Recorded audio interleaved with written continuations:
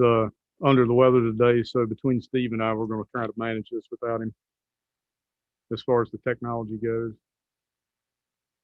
And just give me a couple more seconds.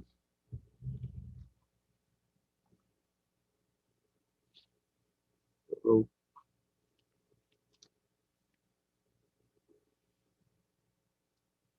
Sorry, it might take more than a couple more because I got to log back in. But you are live.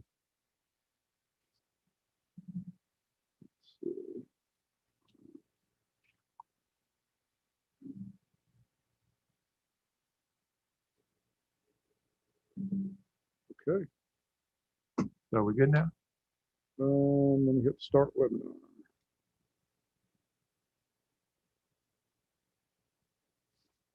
Okay, we are good. Okay, I call to order the meeting of the Rockbridge County Board of Supervisors. Randy, will you take roll, please? Supervisor Lewis. Present. Supervisor Day. Here. Supervisor Ayers. Here. Supervisor McDaniel. Here. Chairman Lyons. Here. At this time, Mr. Lewis will lead us in an invocation followed by the pledge.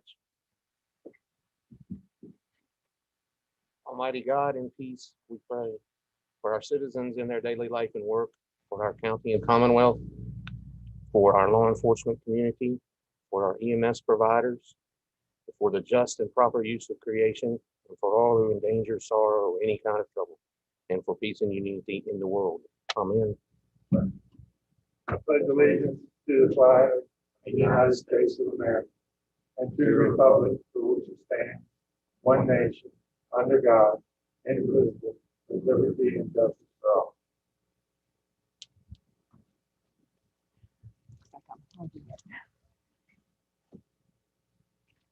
While the room is open to the public, due to the size of the meeting room and social distancing requirements, no more than 30 attendees other than county staff will be allowed into the room at one time. Per the Governor of the Commonwealth of Virginia, Executive Order 63, all persons over the age of 5 that do not have precluding medical conditions are asked to wear a face covering. We'll hold citizen comments near the beginning of the meeting. We'll do our best to take citizens' comments remotely. There are 2 options for citizens to offer comment. Joined by phone, you may dial in one of the numbers listed on the county website. Webinar ID and password are there for your convenience. Citizens simply wishing to view the meeting live or after the fact can do so on the Rockbridge County Board of Supervisors YouTube channel, also available on the county website. If you wish to make a citizen comment as a Zoom meeting participant, you will use the raise your hand feature. You can press the raise your hand button on the bottom of your Zoom window or press *9 if you're calling in by phone. Are there any changes to the agenda? Hearing none, the agenda is approved. We have several recognitions and presentations. Mr. Lewis, you have one Business Appreciation Month. Yes, sir. Last meeting, we had a resolution, but we had tweaked it some, and there's some additional language we wanted to add. So the chairman suggested I reread it so we can get the entire thing approved. Whereas on May 1, 2021, or whereas on May 1, 2019, current Governor Northam declared the month of May as Business Appreciation Month in the Commonwealth. And whereas Rockbridge County businesses are vital to the county's economic prosperity and growth, and whereas Rockbridge County businesses provide jobs, products, and services to our residents and residents in our surrounding communities and consumers far and wide. And whereas the Rockbridge County businesses felt the impact of the COVID-19 pandemic, many were able to adapt, survive, and even thrive through these tremulous times. Whereas Rockbridge County's top employment industries include retail, trade, manufacturing, accommodations, food service, and construction, all of which were impacted by the pandemic. And whereas also impacted by the pandemic, agriculture-related businesses, including production, transportation, and distribution, which are critical to our local economy and provide products to sustain our local communities and those far beyond our borders. And whereas Rockbridge County is currently home to 1,560 business license holders and 29 manufacturing operations, and whereas many Rockbridge County's business license holders are small businesses operated by dedicated entrepreneurs, And whereas Rockbridge County extends its gratitude and appreciation for the dedication and perseverance of all our local businesses. Now, therefore, we, the Board of Supervisors of Rockbridge County, do hereby recognize May 2021 as Business Appreciation Month in the Commonwealth and here in Rockbridge County. And we call this observance to the attention of all our citizens and ask that you thank your local business owners and support their operations. Thank you, Mr. Lewis. You've heard the resolution. Do we have a motion to approve? So moved. Do we have a second? Second. And a second. All right. Mr. Lewis, Aye. Mr. McDaniel, Yes. Ms. Ayers, Yes. Mr. Day, Yes. and the chair votes yes. We have a resolution for National EMS Week. Ms. Ayers? Whereas the Congress and President of the United States have designated May 16th through May 22nd as National Emergency Medical Services EMS Week. And whereas the men and women of the EMS agencies serving Rockbridge County, the city of Lexington, and the city of Buena Vista provide a vital public service by responding to the EMS needs of our residents and visitors.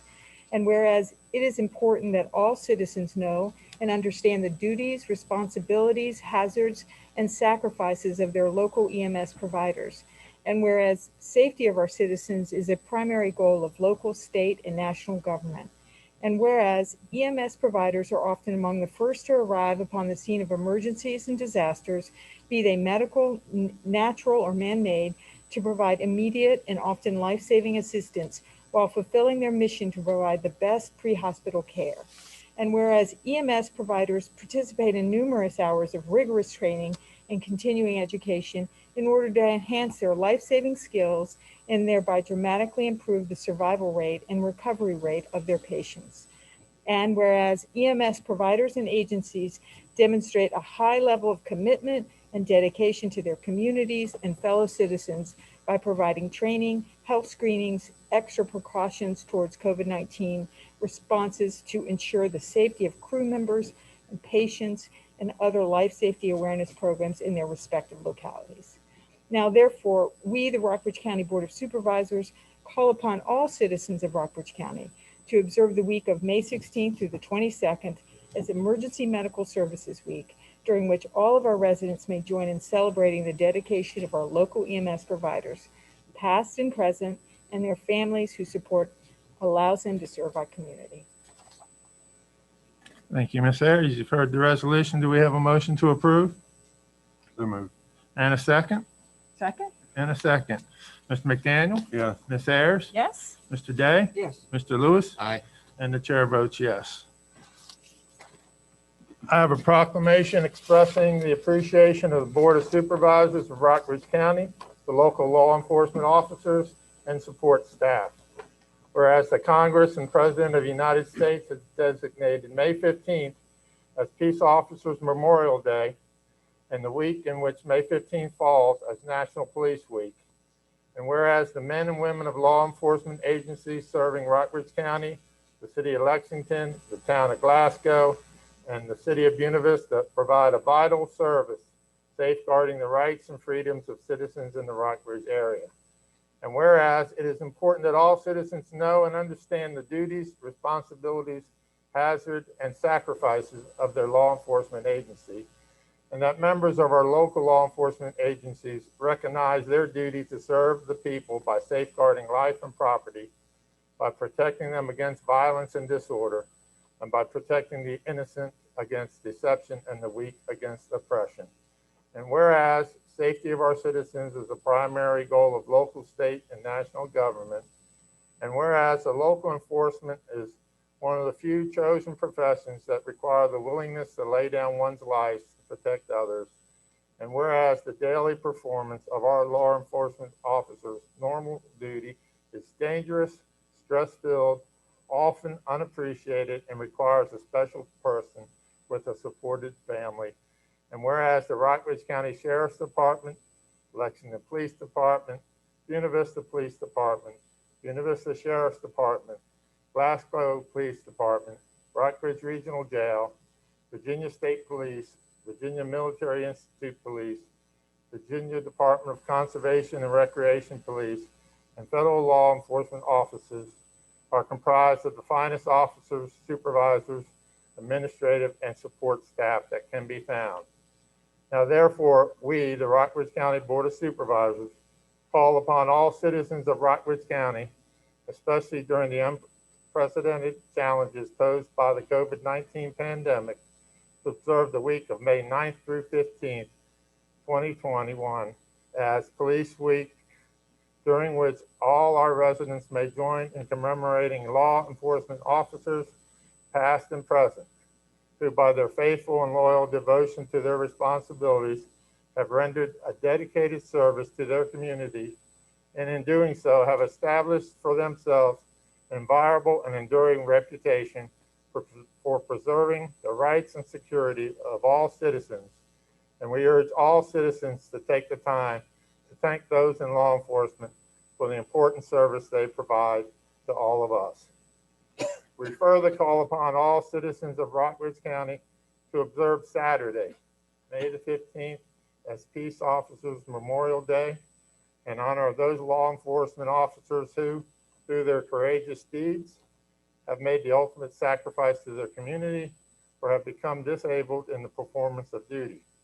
And let us recognize and pay respects to the survivors of our fallen heroes and cause flags to be flown at half-mast in remembrance. Adopted this 10th day of May, 2021. Do we have a motion to approve? So moved. All right, and a second? Second. A second. Mr. Day? Yes. Mr. McDaniel? Yeah. Ms. Ayers? Yes, Mr. Lewis? Aye. And the chair votes yes. Thank you, gentlemen.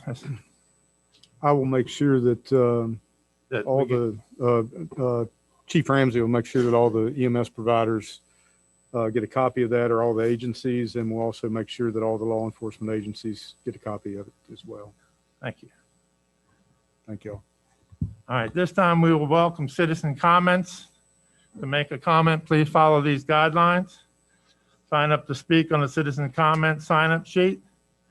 Once your name is called, address the board from the podium, beginning by clearly stating your name and magisterial district. This is an opportunity for citizens to provide comment. Please do not expect the board to respond to questions or engage in dialogue.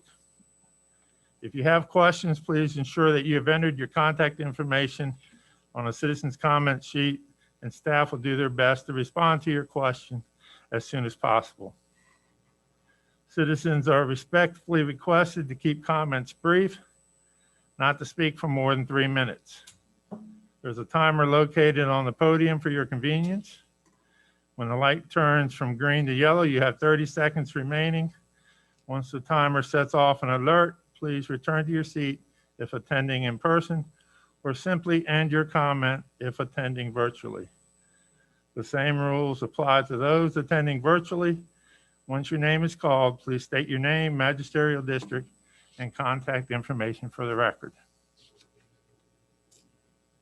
Mr. Bolster? Yes, sir. You have Scott Geis from the Cars Creek District, and the topic is the BARC permit extension. Scott Guys, Cars Creek District.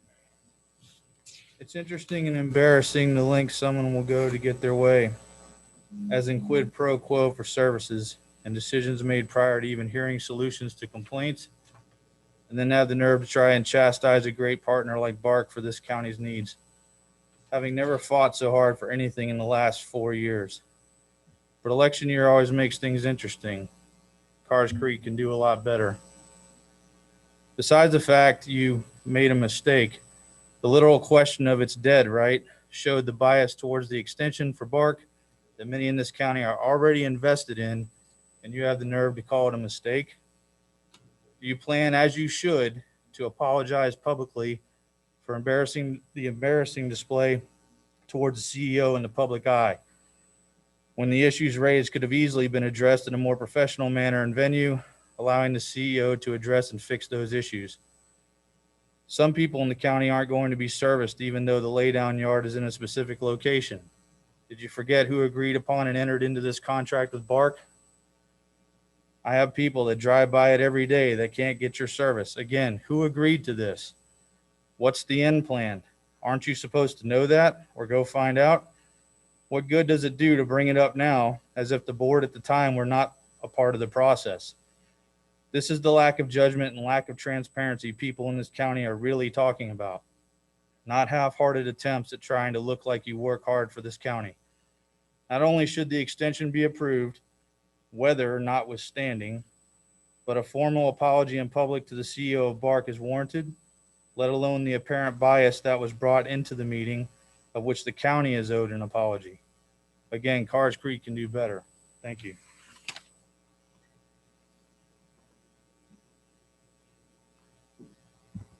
We do not have anyone online Okay. with a hand Any raised. emails? Is that it, Mr. Bolster?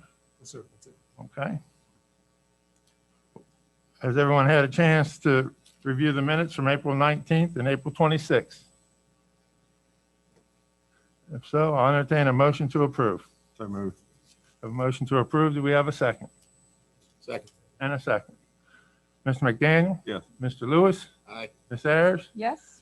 Mr. Day? Yes. And the chair votes yes. Mr. Bolster, the county financial? Sir, good evening, Mr. Chairman and members of the board. If you go to your financial package, you'll see there's a memorandum that includes activities for the Commissioner of the Revenue and for the Treasurer's Office. So I'll go ahead and read through, starting with the Commissioner of the Revenue. And so the first item is the finalization of the real estate tax book, and that has been provided to the Treasurer, Ms. Travato. Item 2, continuing to receive calendar year 2020 state income tax return forms. Then reconciling the April 2021 DMV vehicle report with local records, and also reconciling the DGIF boat reports with the local records as well. And then they continue to audit the Schedule Cs against business license and business personal property files to assure accuracy, and then updating personal property files based on decal sales. And then he also wanted to mention, Mr. Weitzel wanted to mention that they had completed the 2020 real estate sales study for the Department of Taxation, and they are preparing space in their office for the third-party vendor to complete the real estate general reassessment starting next fiscal year. If there's no questions for Mr. Weitzel, as far as Ms. Travato, she's got 4 items listed. Continues to collect state income and estimated state taxes. At the time of the memorandum was completed, the calendar year 2021 real estate bills were still pending. Data was sent to the third-party printer late on April 27th. And then some debt set-off collections continue. You can see there's 285 filings that will be diverted to the county, totaling $46,822. And then she did want to mention they are managing a lot of mail that has come in. And so they're also managing, assisting citizens as they come to the counter and answering telephones and emails and so forth. So she is requesting that folks that have submitted payments for decals, which is what her presumption is, that all this mailing that has come in, she's just asking for citizens to be patient with her office as they're managing their day-to-day business, both in person, on the phone, and the mail. But with that, we can transition to the financial update. You can see on the line chart that our revenues are exceeding our expenditures. Typically, this time of year, our revenues are below expenditures, but in large part due to the CARES Act funding that has been used to support public safety, it is just the opposite. So right now, revenues are above expenditures by approximately $1.3 million at this point in the fiscal year. If there's any questions on that line chart in particular, I can do my best to answer them. I will mention some information that I've mentioned in the past. You can see our expenditures are above what we anticipated. Most of that is related to the PSA project, the Route 60 extension of sewer. That's where the board appropriated about $1.2 million to finance or to fund components of the project that were not financed originally through the VRS or VRA. The fire rescue budget is up $422,477 compared to last year. Some of that is linked to the 2020 settlement with the city of Lexington. That was up $33,550. Full-time wages is up about $80,000, and that's because there's 2 positions that were brought on that were not part of the initially adopted budget. Pay per call was increased, and we also had an additional payment to volunteer agencies that was part of the CARES Act money. That was about $257,000. So with that, I'll go ahead and transition to the action items. There's 3 action items that are in the memo. The first one has to do with consideration of the town of Goshen loan refinancing request. And so the town of Goshen has approached Supervisor Lewis with a request to get some assistance. They have a water and sewer financing that was begun several years ago with Farmers and Merchants Bank. The rate was 5%. It gets paid off in November of 2022.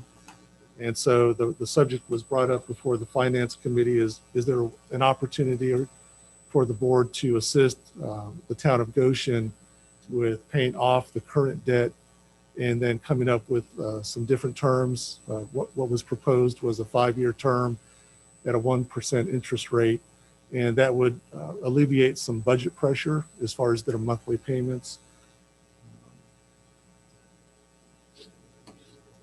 So right now the monthly payments are $4,137, and if this goes forward, their new payments to the county would be a little over $1,000 per month.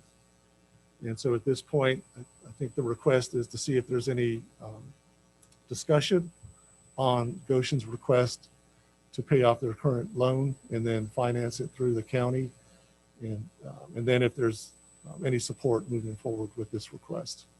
I don't know if Supervisor Lewis or Mr. Suter have any other comments. We've had multiple discussions on this, and it is, we did discuss it in the Finance Committee, and this and the next request that we'll talk about was supported in those discussions. It seemed to make sense for the town of Goshen to head in this direction. I will say that there would have to be we'd have to bring you back some sort of agreement that would memorialize the terms. Ms. Lewis, you got? No, other than it might be helpful for Steve to do the next item and discuss them, because the impetus of both items are a project is sort of, they're tied together, in other words. So again, the next item was consideration of fiscal or financial support for the town of Goshen related to some projects that they are considering. And so the town of Goshen approached Supervisor Lewis, and they've got 3. They were identified in a letter that went out to the board, I think late last week. And so it's related to support for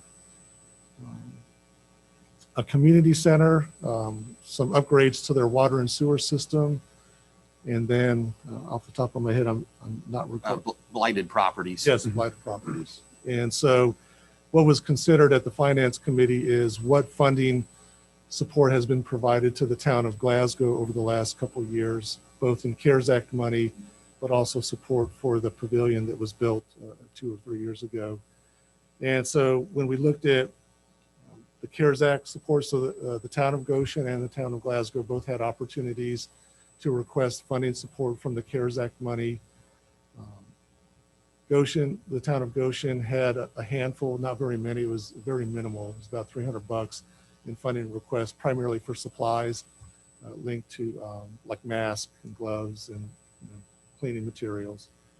And so what was discussed at the Finance Committee and what was supported is, can we do something that is somewhat, some equity between what was provided to the town of Glasgow, both in CARES Act money, non-CARES Act money, and how can we support the town of Goshen with some of these projects that they're looking at moving forward. And so you'll see it in your appropriation resolution that the amount is $62,192 that is what is considered similar in what has been provided to Glasgow over the last couple of years. Again, I don't know if Supervisor Lewis or Mr. Suter have any other comments. Well, and again, I'll go back to the fact that there were only certain allowable items under the CARES Act. And no matter how hard they tried, Goshen just didn't have that ability to meet those with their needs. Their needs just didn't fit neatly in that box.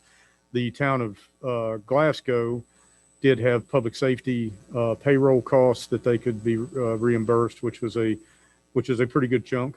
And I think the point needs to be made that in that particular case, they were using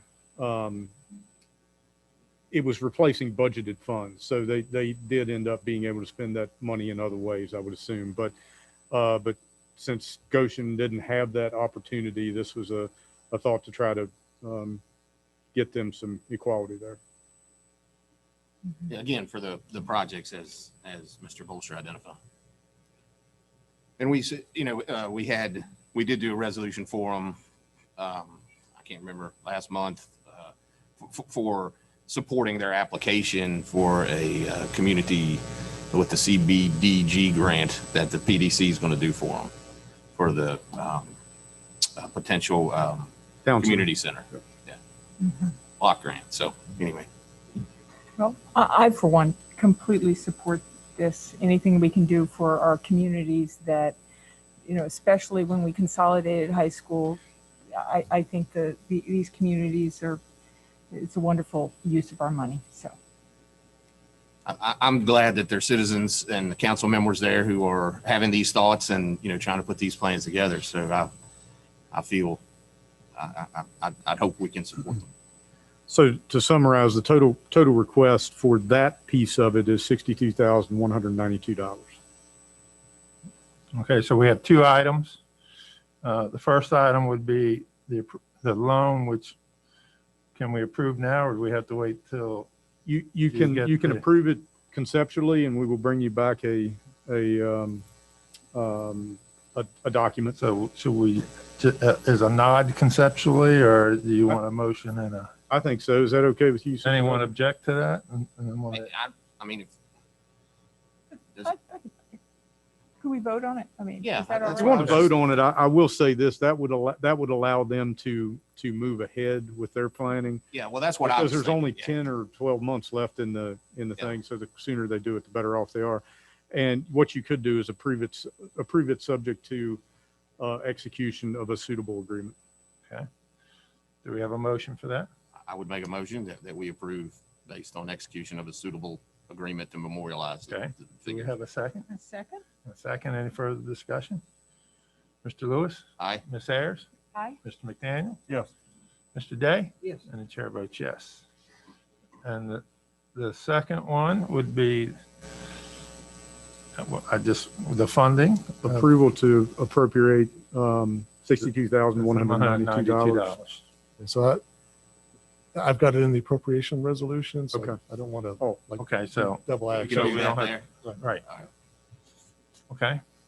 Mr. Chairman, the only thing I completely agree with what we're doing there. The only thing that I would like for us to look at is identifying and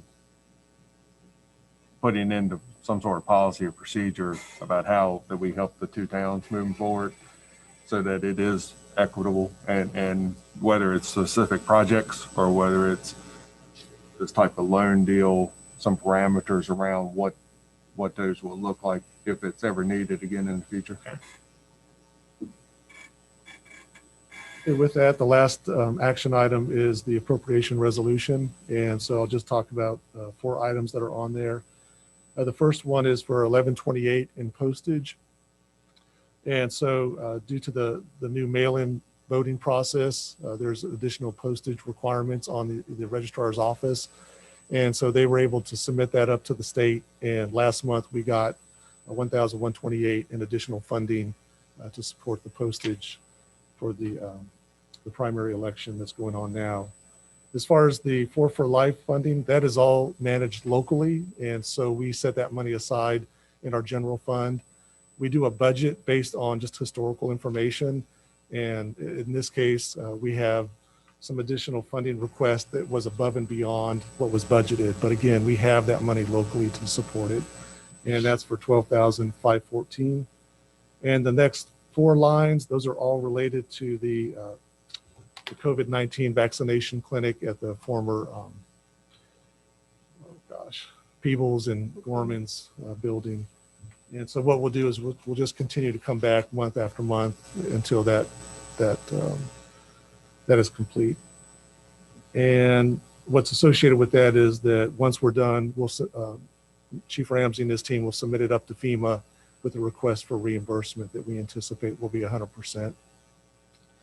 And then the last one, the $62,192, that was linked to the town of Goshen and those 3 projects that were discussed earlier. I put it under contingency because I wasn't quite sure where the board was going to go. So what will happen is, presuming this is approved, I will reprogram that money into the appropriate line to cover any future check that's generated to the town of Goshen for those projects. So with that, I've reviewed the bills. There are 505 bills on the bills list. And so if there's any questions, I'll do my best to answer. If not, my request and recommendation is to adopt the appropriation resolution as presented. All right, you heard Mr. Bolster. If there's no questions for him, entertain a motion. So moved. We have a second Second. and a second. Mr. Lewis? Aye. Ms. Ayers? Aye. Mr. Day? Yes. Mr. McDaniel? Yes. And the chair votes yes. Thank you, Mr. Bolster. Thank you. Mr. Chairman, if I may, real quick, I'd like to thank the board for supporting Goshen and our communities there. There may be more requests depending on, how that project grows, hopefully. But the real point here is as the Finance Committee is digesting the new guidance for the American Rescue Plan, the original amounts and numbers that were supposed to go to towns are not actually going to be the case. They are only now able to get 75% of their budget, I believe, even though the original allocations were much higher. So the towns again are coming up, are not going to get funds that they thought they were going to get. So there may be help requests in the future as well. Just some information for the board. Okay. All right, we're ready for Chief Ramsey. And while you're coming up, I want you to extend our thanks to the volunteers and the firefighters during the recent forest fire. I know it took a total group effort. I know you were there around the clock and kept us well updated.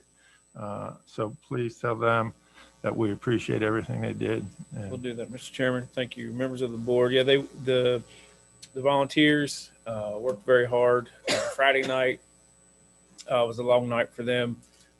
Saturday, the ladies really there at the fire department and multiple community donations that come in with food, drinks, Gatorade, things like that. So it was a very, very good effort, good partnerships between U.S. and state forestry departments, law enforcement. The sheriff's office had working with their folks from the initial onset as well. Great team effort. We have great partners in our system here for sure. So tonight I wanted to bring you an update of the 2020 Central Shenandoah Hazard Mitigation Plan and a little bit of a quick backstory there. It was a Federal Disaster Mitigation Act of 2000 that requires the local governments to develop and adopt a mitigation plan in order to receive certain level funding. Should we have a disaster or something, and need to apply for that. So we had to have a plan available and approved. Fortunately, in our district, the Central Shenandoah Planning District has developed a plan. The original one was in 2005. It was adopted by FEMA. And then again in 2013. And then all 21 jurisdictions within the district have to adopt those particular plans. This particular one was done prior to COVID in 2019 by the Central Shenandoah Planning District with representatives from all jurisdictions. Captain Kevin Moore sat in most of those meetings back in 2019, and I was listed as an alternate for that group. So there's a lot of work that went into that. FEMA has just approved that plan. As the link was provided, it's two different plans in that the wildfire protection plan, as well as the hazard mitigation plan. So there's a link provided if you would like to go look at that. If you hadn't done so, they're very large documents, about 500 and some pages for the hazard mitigation plan and 300 some for the wildfire protection plan. Just a couple of notes. In those particular plans, we take look at kind of a broad scope and spectrum of different things. What in our region, what is some of our risk? And as we all know, one of the biggest risks that we have in our area is flooding. It happens from time to time. That's listed as the most highest significant risk. Droughts come into play there, hurricanes, winter weather, wildfires is in there. That's as a medium risk, but since it was just last weekend or weekend before last, we have certain things and conditions. Sometimes it's out of our control. So with your recommendation, unless you have any questions, I ask that you would approve that plan. We'll submit it back to the planning district so that it will go to FEMA and we'll be eligible for funds should something arise that we need to apply for. Okay, you've heard the request. Do we have a motion to approve? I'll second it. I just have a comment. Okay. As your PDC representative, I saw this a couple meetings ago there in preparation, and I just wanted to. My question was, what in the wildfire prevention? What were the methods that they were using to prevent wildfires? And I didn't want that to harm our silviculture industry here in Rockbridge, and it doesn't appear that there's anything in there about that. It's just assistance for us for a natural disaster like we just had. Yeah, so that is correct. And some of the prevention measures for wildfires encompass protection of private properties, community education, things like that. And we've had some certain areas, most recent, again, prior to COVID, around the Irish Creek area, we went in as a group along with the Department of Forestry, provided ways and recommendations to clean out along driveways, provide access for emergency vehicles, keeping your gutters clean, roofs clean, leaves around, making sure you get your leaves around from the decks and things like that. Anything that combustibles in fire weather, just to eliminate any danger that may be there. So. Okay, so we have a motion and a second. Any other comments or questions? Mr. Lewis? Aye. Mr. Day? Yes. Ms. Ayers? Yes. Ms. McDaniel? Yes. And chair votes yes. Thank you, Chief. All right, thank you all. Mr. Bolster, the reassessment RFP? Sir, if you take a look at your board docs package, you'll see in the agenda report, I just do an overview of our process. It started back actually late last calendar year and has gone through the development of the RFP, getting it out on the street, and having proposals come in, having it evaluated by a committee, and then doing interviews, and then finally the board approving Mr. Suter to enter into negotiations with a top-ranked firm. Those negotiations were completed on April 16th. And since that time, our county attorney, Ms. Huffman, has worked through the contract and the authorizing resolution, which are attached into this agenda report. So what staff is asking is that they would discuss as necessary and consider accepting the proposed general reassessment of real estate contract. In addition, staff requests the board to authorize the county administrator to execute the contract documents on behalf of the Board of Supervisors of Rockbridge County, and to take such other and further actions as may be necessary and appropriate to accomplish this agreement, which shall be approved as to form by the county attorney. And staff is available to answer any questions there might be. Any questions? Hearing none, do we have a motion to approve? So moved. Do we have a second? I'll second. And a second? Mr. McDaniel? Yes. Mr. Day? Yes. Ms. Ayers? Yes. Mr. Lewis? Aye. And the chair votes yes. Thank you, Mr. Foster. Ms. Huffman? Consideration of rules of procedures. Mr. Chairman, in your agenda, you have a small set of rules of procedure for board meetings, which generally covers the use of Robert's Rules of Procedure as a guideline for the board's parliamentary procedure. However, it clarifies the failure to strictly comply with those rules doesn't invalidate any action or decision by the board.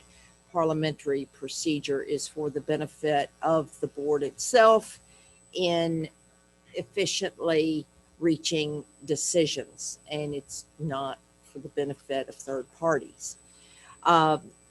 Then following that is a provision that for a motion to reconsider action on a matter, that motion must be made no later than adjournment of the next succeeding regular meeting of the board, and can only be made by a member who voted on the prevailing side.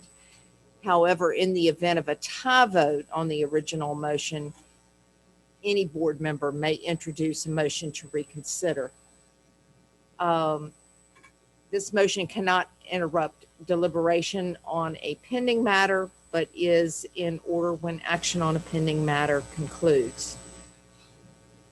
That motion shall be decided by a majority of the votes of the members present, unless a greater number of votes are required to pass the original measure, in which event the motion to reconsider shall not prevail except upon the vote of as great a number on that motion as is required to pass the measure.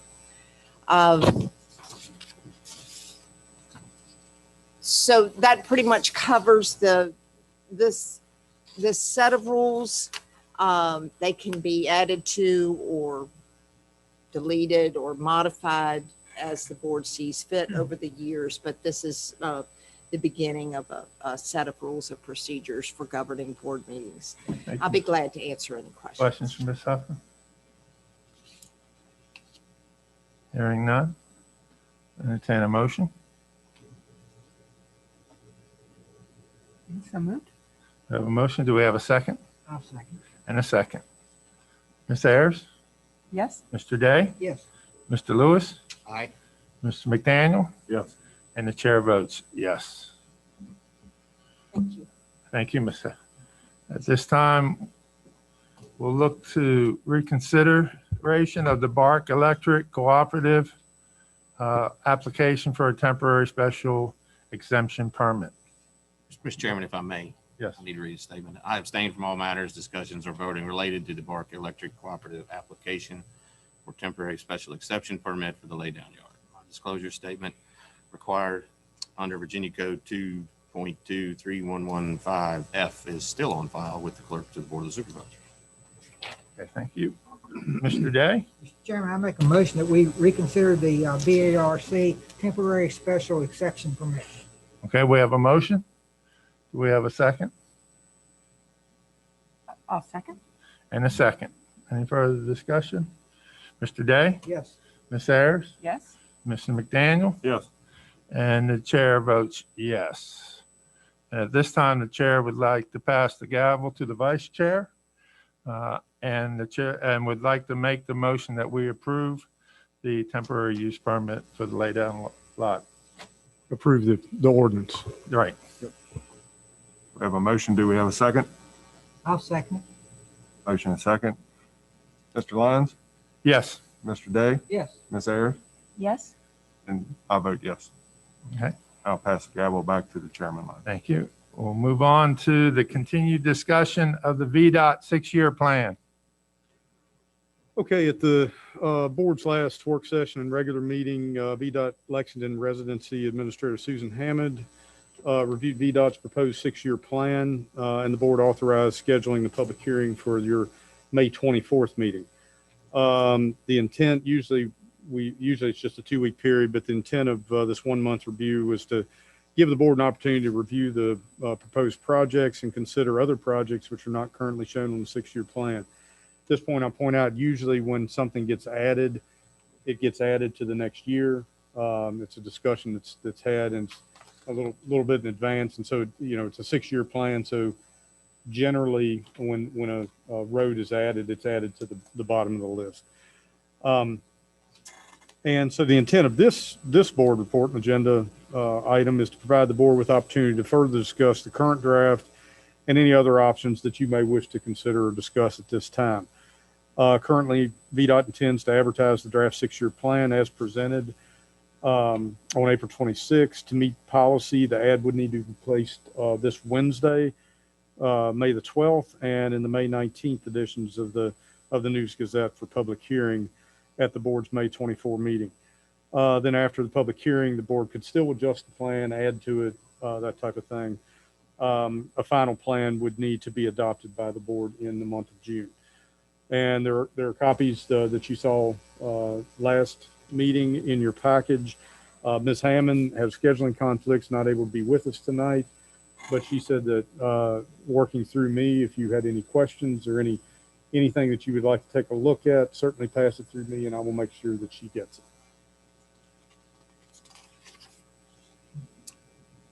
Well, Mr. Suter, one of the problems that I've been hearing from constituents is with the gravel and dirt roads, there's a lot of dust and they don't like the dust.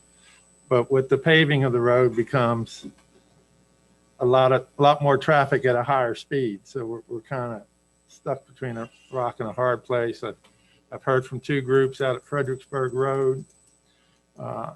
One group wants it and one doesn't.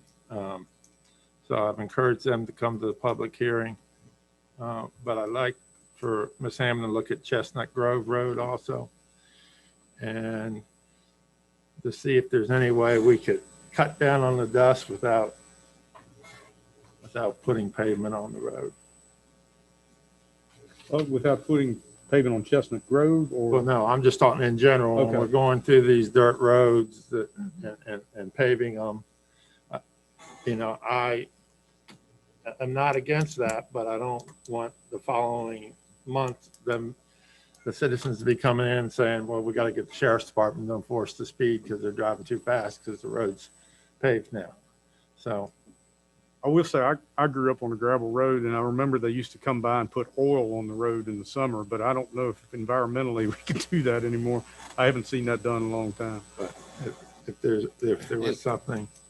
This, having had a road just paved in place in Walker's Creek District, I've discussed that with Ms. Hammond or the speed issue, and a speed study is done after that to determine what the speed limit should be, if it should be changed. But what the experience that she has generally found is that the speeds have not increased. So the paving does not head right towards people going faster from the data that she has over the years. I will be meeting with a constituent tomorrow, so I might be asking you to add something to the list for your consideration at the next meeting.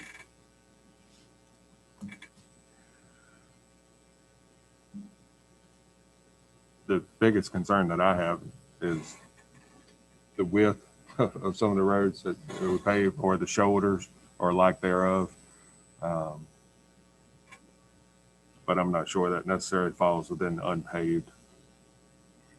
I did ask Mr. Suter to ask Ms. Hammonds about James River Road in Arnold's Valley. We have the Jellystone campground in that area. Large campers, large trucks travel that road. It's a narrow stretch with a narrow bridge that basically limits it to one lane and can cause some issues, but that's also different from the unpaved.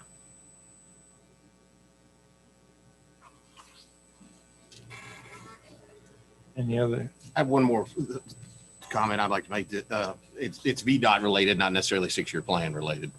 I hope everybody else is done, but the road closure that's currently going to happen on Maury River Road, Route 39 for the next 2 days presents some very difficult challenges to businesses located on those roads. I'm sure it's inconvenient for citizens, but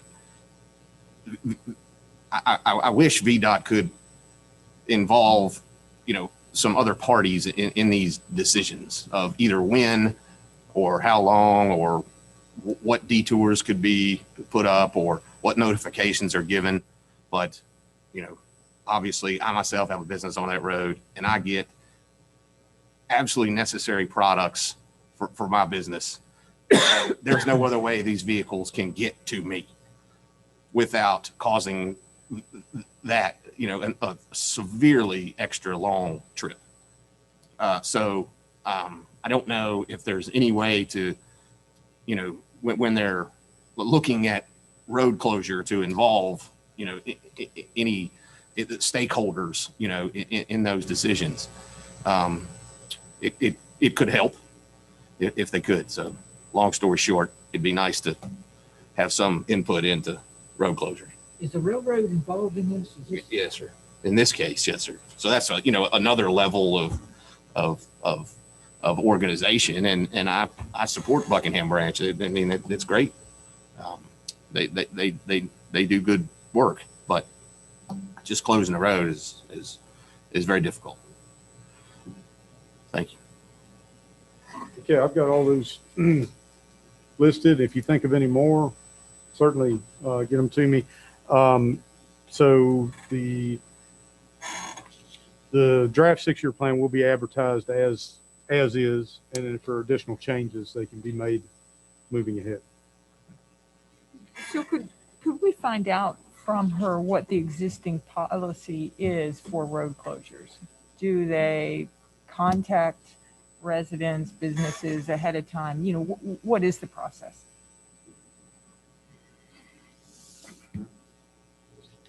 And that's non-emergency road closures. They closed the road once before out there, caused us great angst, but that was an emergency situation. It's got to be done, but still the directional and the information that was put out when that was closed was woefully inadequate. Okay, I will post that. Can I comment on the Trevor? Sure. We actually, just a little comment, we actually had a meeting today out at Stella Jones at noon. I can give a little clarity to the process because much like you, we were kind of concerned with emergency vehicle access in that area, especially traveling through from Rockbridge Bass to Goshen, vice versa, that kind of thing. First, I could share appreciation for Stella Jones as they allowed some emergency vehicle access in the event there's of a an detour emergency. through their property. Through only an event of emergency because they are not shutting their business down. But we did inquire while we were there as to why it had to be a complete road closure instead of one lane at a time. Two things. One, there's a 20-foot section of track that has to be replaced, and it's going kind of right in the center, so they have to dig up the whole track, dig it down about 2.5 feet, redo the base. They've already got the new section built, sitting there ready to go in. And then once they do that, they put the new section in, gravel it, and then pave it the next day. I will say that VDOT, this decision was kind of made on Buckingham Branch, and when it needed to be done, it's more of a safety hazard for them in order to have that crossing support tankers going through there. So VDOT didn't have a whole lot of, at least from the information that I got today. I'm sure Ms. Hammond can comment as well, but I just learned today as well that VDOT is just kind of handling the road closure. Buckingham Branch actually kind of says, hey, we're going to do this on this particular day. So, well, and the bad part about it is I requested it, because that crossover is, very, very difficult. And the railroad, the railroad today, I didn't say to do it in May. Assured us that it was a safety concern. It really is when they did their inspection and safety for them as well as cars, so trucks going. I just figured since we had that meeting today, I would share that with you. Thank you. Be careful what you ask for. I know, right? All right. I'll wait till summertime. You have enough information from us? I do. Okay. We'll move on to appointments. The consideration of application for Walker's Creek district membership on the Blue Ridge Resource Authority. So I've got a little, I guess, clarification there. The title of that item is not exactly correct. The BRA member use agreement provides that annually the board may appoint 5 members to the BRA board of directors. These are not appointed by district per se. However, since the creation of BRA, all districts have been represented as the members of the board of supervisors have been appointed to the BRA board. So it's, the title is a little misleading there, but it's so it doesn't have to be Walker's Creek member, but that's the way it has been all the way through, because it's been the board of supervisors have been the representatives. Okay. As hopefully you all recall, Mr. Lewis has expressed numerous times that he would like to have his be replaced and replace his seat on the board of the Blue Ridge Resource Authority with a citizen representative. We have received an application from Mr. Robert Wells, who lives on Big River Road. Who's with us this evening? Very qualified individual. I've known of him for a number of years. And I think he would make a good representative. In addition to that, I think any board member who wishes to give up their seat on the Blue Ridge board, we should grant that request. And honestly, I don't believe we need 5 supervisors on that board. I think we should allow those that want to stay on it to stay on it, and at least keep 1 supervisor on it throughout. It is a 1-year appointment from January through December. So that's something for the rest of us to be thinking about. So I'm more concerned about the process. If we had, what is our process for doing this? Whatever, this is fine that Mr. Wells, and thank you very much for your service, but I would like to know, are we going to advertise this generally? Will we advertise this to interested citizens across the board?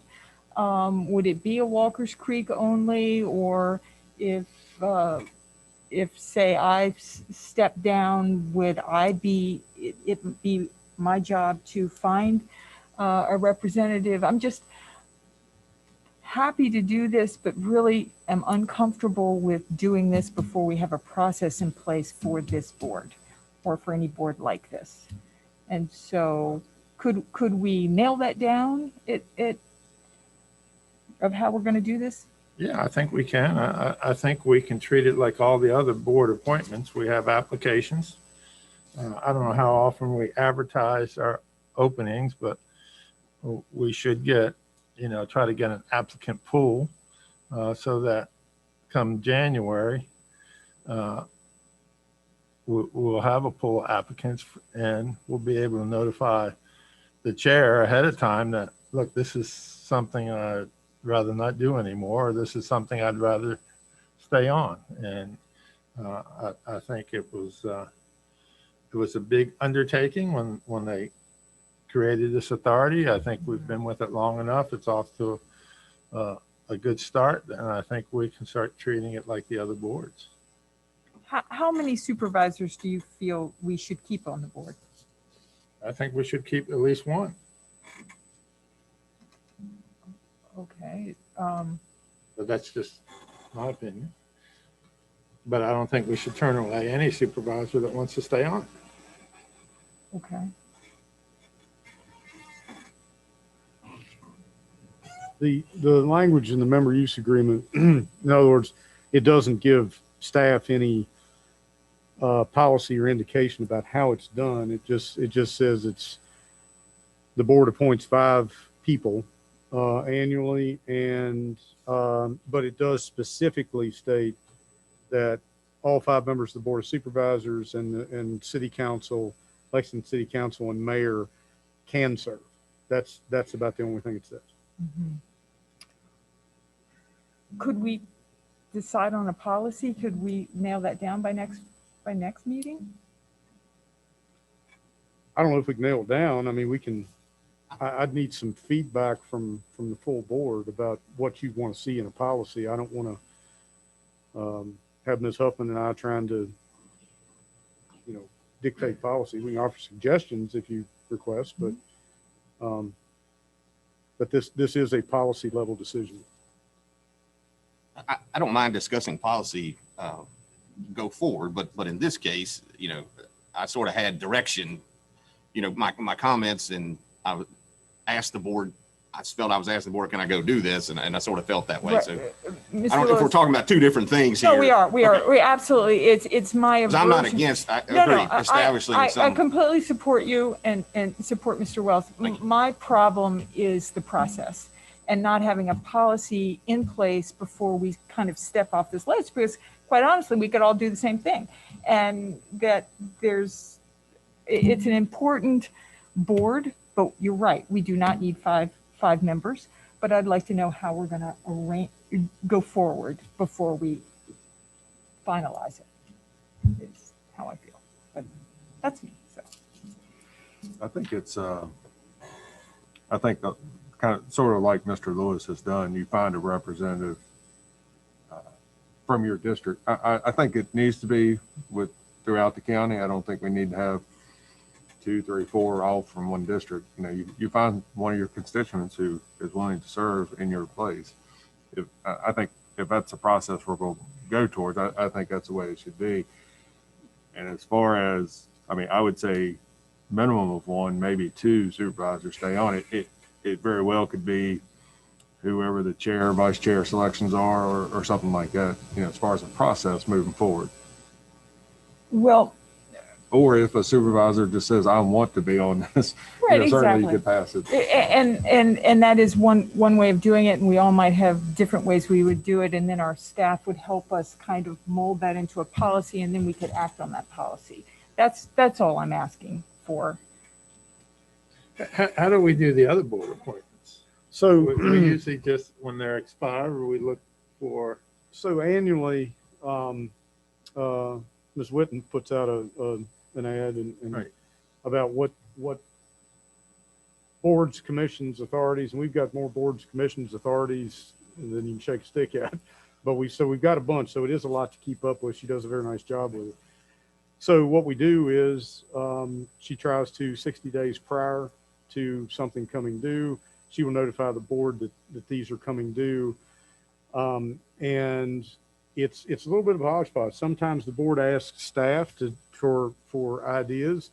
But generally board members come up with a person that they think is best representative, and these are all different too. That's why it's kind of difficult to put it into a policy, because each one to have an overarching policy, because each one of these boards and commissions is appointed somewhat differently. Some of them are by district, some of them are at large, some of them have, they have to be a member of the business community, or they have to be, some of it's by state code, the different, we're getting ready to talk about a couple of them here in just a second. That's by state code, which is influenced by federal code. My point is they're all different. So it's hard to get an overarching policy that covers everything.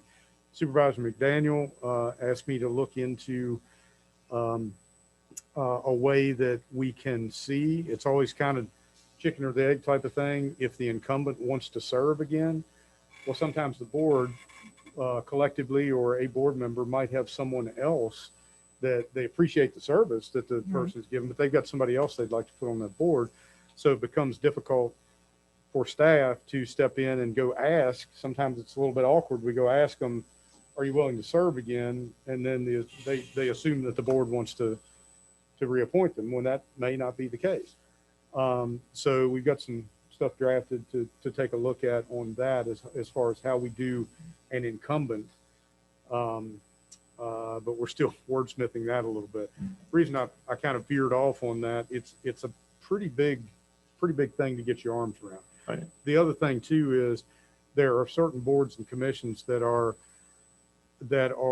specific to a department. So for example, economic, or the EDA, that's Brandy Flint and I kind of handle that, but it's more of a Brandy Flint Spencer Suter thing than it is Brandy Whitten.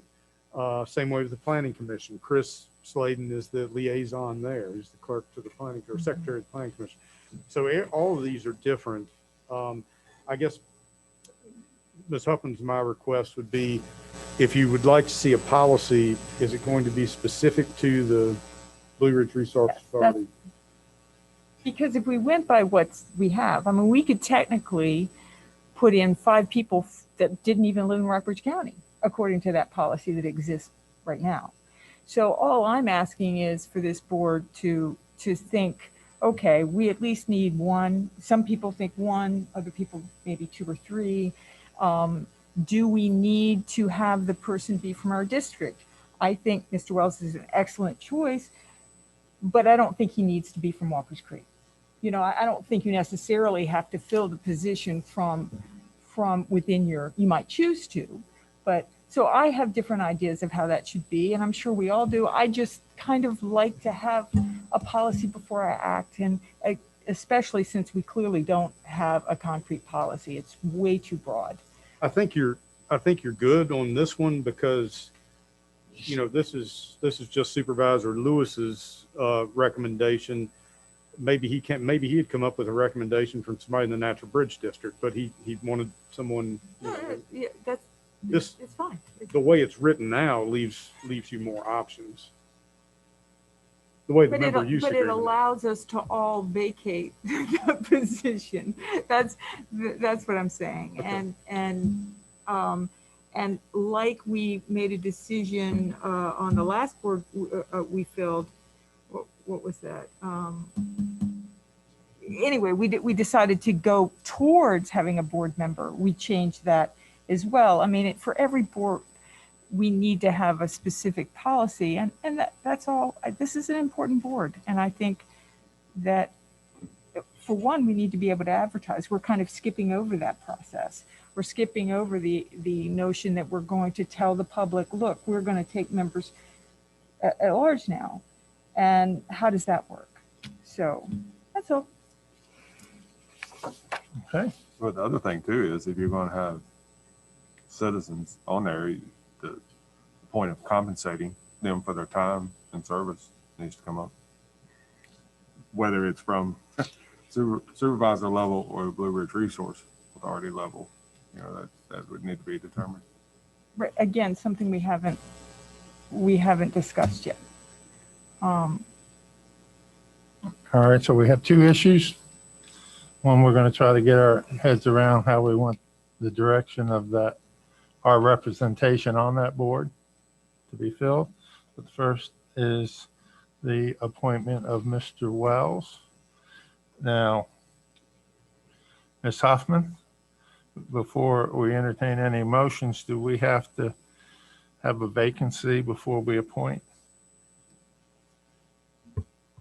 I think you can appoint simultaneously with a resignation, or appoint at a date in the future to be effective at a date in the future, and then in the meantime receive a resignation. I have something prepared for simultaneously. Right, because I think the date in the future might be 20 minutes in the future.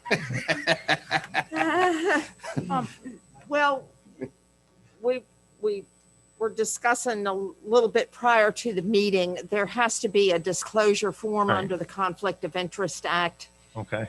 filed prior to the ability to serve. So my suggestion would be to make it after today. Mr. Lewis, So Mr. Lewis would attend the meeting tonight, and then Mr. Wells would take over in June. Is that the way that would work?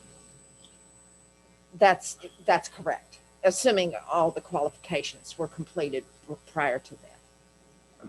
Ms. Lewis, since that's the case, would you consider us at our next meeting confirming this choice so that we could have, just for me, just the obviously it might just be for me, the policy that we want to use going forward on this. Would that be too much of a? I don't I don't want to be argumentative with you, but again, I've been working on this for months. And, Well, not the policy. We haven't. We have just. No, but I have said, appreciate that. here's what I'm doing, and the board didn't say no. So now I'm in a position of asking a man to come to the meeting where he was going to be appointed when that was what my walking orders were sort of from this board. So if we do that, I feel like I've not done right by Mr. Wells in this case, which concerns me, of course. And I don't know, again, why a simultaneous resignation appointment, and then when he gets his forms filled out, he could then begin to serve. Mm-hmm. So I'm sorry. I would rather not. You see it's, I certainly don't begrudge you from stepping down and for Mr. Wells from coming on. That's not, it's, can you and I then work on a policy that we could go forward with for the remainder of this? Would you consider that? And am I the only one that feels uncomfortable going forward without a policy in place for how we fill this board? I'm not uncomfortable with the way we do boards and commissions. So if Mr. Lewis is willing to work with you to develop a policy, you're okay with us moving forward this evening? I am. So will you work with Ms. Ayers to develop a policy? Sure. Okay. Even though I don't necessarily agree with that. So she and I will have to have conversations about what that policy is going to look like. Exactly. You're just warning me it's going to be a lot of fun, right? Okay. Okay. So do we have a motion? Well, my question is, I don't have a problem appointing Mr. Wells, but if he doesn't have all the paperwork turned in, he can't attend the meeting tonight. So we're going to have Mr. Lewis attend. So he can't resign now and then attend the meeting. Oh, well, good point. Jay could just be. but if I resign, then I don't attend, and that seat would be vacant until such time as. Sure. Could be that way. And Mr. Wells is here. He can attend the meeting. It's a public meeting. It would be nice to introduce him to the rest of the board. It just that he wouldn't vote on, unless he might have his paperwork filled out before that. Otherwise, he wouldn't vote on any action items tonight, but he'd be good to go at the very next meeting. Okay. So Ms. Huffman, give us some direction here. Do we need a motion made, or what do we need here? That was my intent. Yes. You would have to have a motion to make the appointment. Yes, sir. And a vote. simultaneous swap, right? And you can do it simultaneously. Is that what you're prepared for? Yes, sir. Okay. Yes, sir. That's ahead. also part of my. I don't want to go switching plans on me too much. So my statement here is the motion is effective upon appointment of Mr. Wells in my place. Instead, for the remainder of my term, please accept my resignation as a director of the Blue Ridge Resource Authority. Okay, so we have a motion. Do we have a second to that motion? I'll be glad to second that. The only recommendation I would have is his appointment contingent upon all paperwork being filled out. Well, no, I don't think it, I mean, how can we appoint someone if they haven't? I think once you're appointed, you have to fill out the paperwork. Okay. Yeah. Yeah. It's not a background check. Right. You know, it's you know what it is. I mean, It's just a timing thing with Right. 15 minutes before the meeting. So Right. Okay. by the So- first meeting. Yeah. So and he has to fill out the paperwork. That's a given. Then I will second Mr. And we Lewis' have a motion. second. Any further discussion? All right, Mr. Lewis, aye. Mr. McDaniel. Yes. Ms. Harris, Aye. Mr. Day, Yes. and the chair votes yes. Congratulations, Mr. Wells. All right, I've been trying to get. Moving down the list here, the Shenandoah Workforce Development Board, Lisa Grant, her term expires on June 30th. She's serves as a business representative and is willing to be reappointed, and we'll address that at next month's meeting, right? No, it's prepared. It's prepared if you want to reappoint her. Okay. All right. I've found her to be a great representative and knowledgeable, and Okay. Is that a motion? I would, although that she's from Mr. McDaniel's district, I don't want to get in his. Go right ahead, Mr. Lewis. I move we reappoint Ms. Grant. All right. We have a second. Okay. And a second. Mr. Lewis? Aye. Mr. McDaniel? Yes. Ms. Ayers? Yes. Mr. Day? Yes. And chair votes yes. And we have Spencer, we have another workforce development application to consider. We do. There's another membership on the board that the Shenandoah Valley Workforce Development Board that we've never really taken advantage of, and EDA member Boyd Brown, who's really been good to work with, very active and thoughtful, has expressed interest in serving and has submitted an application for this. And he's over in you now, but since you can't make a motion and he wasn't in my area, I would make a motion we approve appoint Mr. Brown. All right, we have a motion. Do we have a second? I'll second. And a second. Mr. Lewis? Aye. Mr. Day? Yes. Ms. Ayers? Yes. Mr. McDaniel? Yes. And the chair votes yes. Has everyone had a chance to review the monthly staff reports? And if so, is there a motion to approve them? I move we approve as submitted with appreciation. Okay, we have a motion to approve. We have a second Second? and a second. Any further discussion? Mr. Lewis? Aye. Ms. Ayers? Yes. Mr. McDaniel? Yes. Mr. Day? Yes. And the chair votes yes. We are going, if there are any board comments? Yes, Mr. Chairman. Yes, sir. I understand that yesterday was the chairman's birthday, so happy birthday, day late. Well, thank you, and I understand it was yours a couple of days earlier on Friday, so. Okay, thank you. Right back at you. Yes, I appreciate that. Thank you. Love that. Any other comments? Okay, we will continue this meeting when we have our joint board meeting with the school board. The date is not set in stone yet, so somewhere around May 20th, 19th, 20th. I think there's some conflicts I know there's some conflicts on the 20th, so we're gonna have to reschedule, but we'll continue our meeting when we have our joint board meeting. Is that the best way to do it, or do you want us to adjourn and then? Mr. Chairman, Yes. I might ask that maybe you or Mr. Shooter get with the school to see what they have to discuss. Yeah, we're in the And if process of doing it's that. just the CIP information, we've already talked about that. Ms. Ayers and I would meet with their executive committee to discuss it. If that's the only thing, it may not be a need for the full board to meet in May, is my only I agree. observation. That being the case, let's adjourn and then we can. Do we have a motion to adjourn?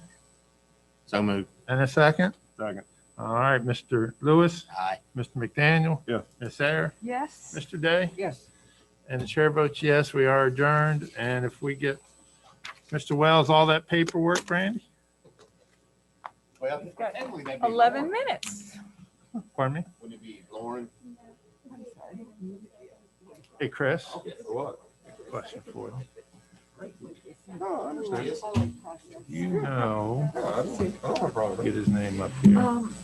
So, I guess we have 10 minutes, so we Kevin could McCusty, over this. I just. he wants that road paved. Yes. That better group. I think you just ended Does he live there? Or is he just on a house? Right, but does he live there?